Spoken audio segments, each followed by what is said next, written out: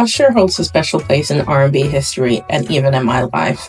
He's one of the few artists that has consistently been making music since I was a kid, then in my teenage years, and then into adulthood. You know how rare that is? It's not like he's just been around. He's been active for over 30 years, giving us nothing but hits.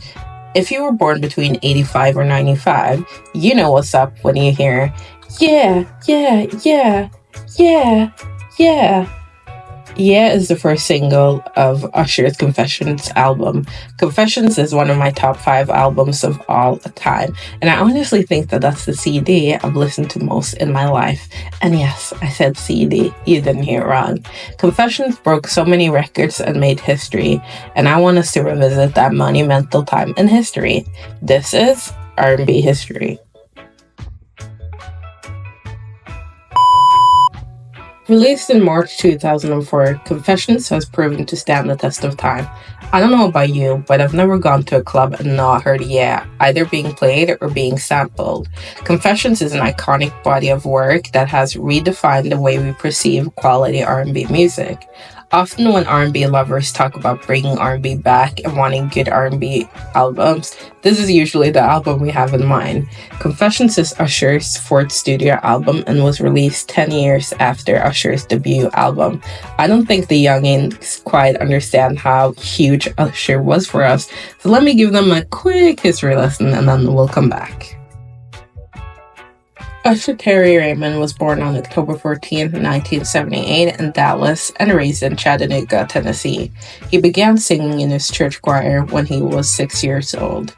After moving to Atlanta, Usher performed on the hit talent competition Star Search and landed a recording contract with LaFace Record soon after. LaFace was formed in 1989 as a joint venture between the producing duo L.A. Reid and Babyface Edmonds and Arista Records. He released his self-titled first album in 1994 at age 15. My Way was released in 1997. This album includes singles Nice and Slow, which became Usher's first number 1 hit, and You Make Me Wanna, selling more than 7 million copies to date.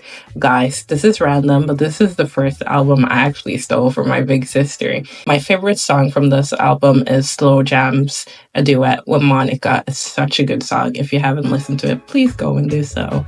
Usher released 8701 in 2001. The successful album includes the number 1 song, You Got It Bad, as well as 2 Grammy Award-winning singles, You Remind Me and You Don't Have to Call.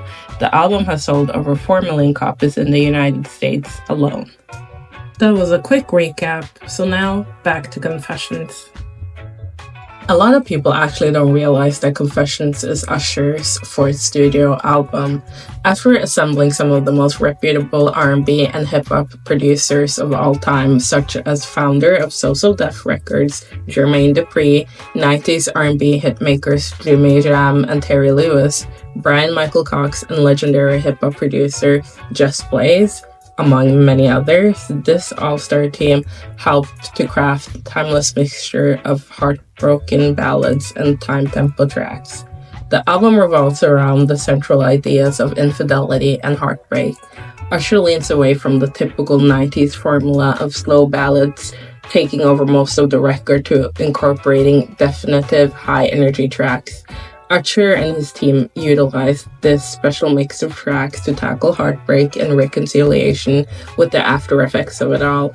With the song Confessions, Usher digs deeper with the idea of confessing to his significant other that he got his side chick pregnant. The first time I listened to Confessions, I remember I was thinking the scandal of it all. Usher navigates the spectrum of emotions from pain to regret, particularly in throwback. He laments over a lost love with lines like, "Heartbroken when you left my world. Man, I wish I would have kept my girl." Yet in truth hurts while confronting his partner with accusations. He reveals his unfaithfulness as the underlying cause of his distrust, while Bad Girl and other tracks highlights Usher's dynamic talents.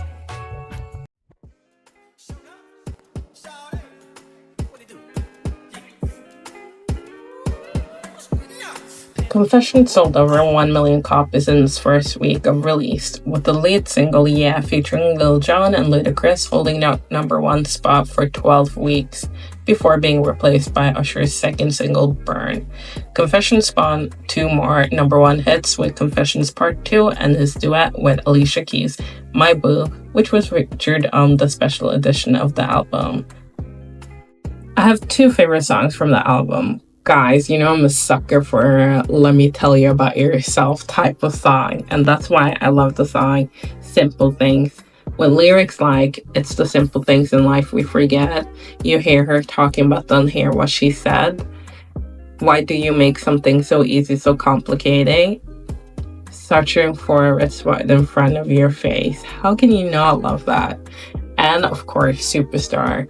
I'm slightly annoyed that everyone and their mama wants to make a version of the song, yet no one has come close to capturing the same emotion that Usher did with the song. This is a song I would listen to over and over, and this is the song I stopped after every sentence so that I could write down the lyrics.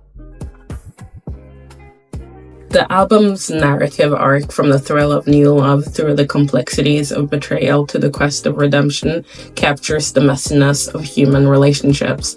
The cultural importance of Confessions will forever remain a staple in not only R&B music, but music in general. Usher was already a huge star, but Confessions helped to send Usher into global superstardom, while also cementing his legacy as one of the best R&B artists to ever do it. Even though it's been 20 years since the release of Confessions, its impact will live forever and ever.